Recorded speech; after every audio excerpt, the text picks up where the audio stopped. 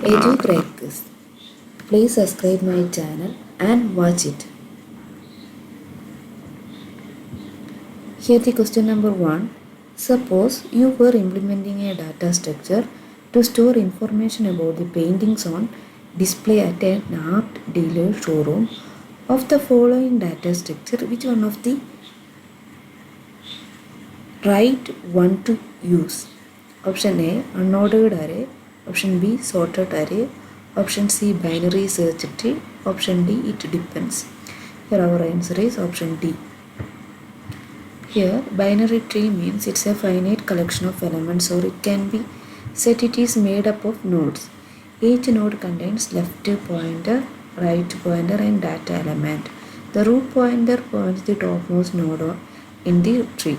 When the binary tree is empty, so it will have the root element and the remaining elements are partitioned into two binary trees, which are called the left pointer and right pointer of the tree.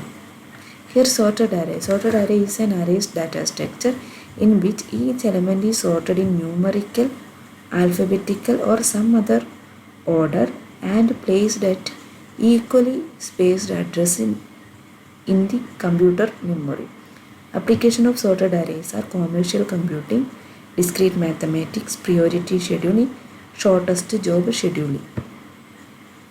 Here unordered array. Unordered array is a collection of items where each item holds a relative position with respect to others. Some possible unordered array operations are given below. Int list, front axis first element, back axis last element, empty, size, fill, value. Next, ordered array complexities. Ordered array time complexities order of log n. Search time complexities order of log n. Ordered array.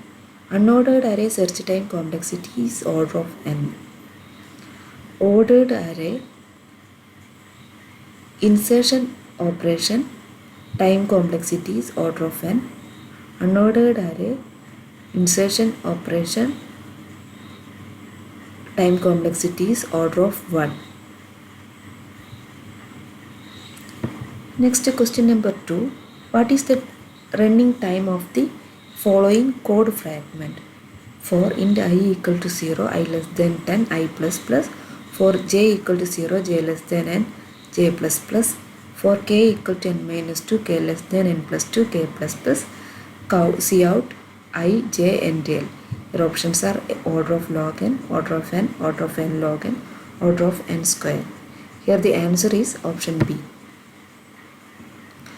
Here explanation for first code fragment. For I equal to 0, I less than 10, I plus plus. This code will run at 10 times. Next, for j equal to 0, j less than n, j plus plus. This code will run at n times. Next, for k equal to n minus 2, k less than n plus 2, next k plus plus. This code will run 4 times. How it will run?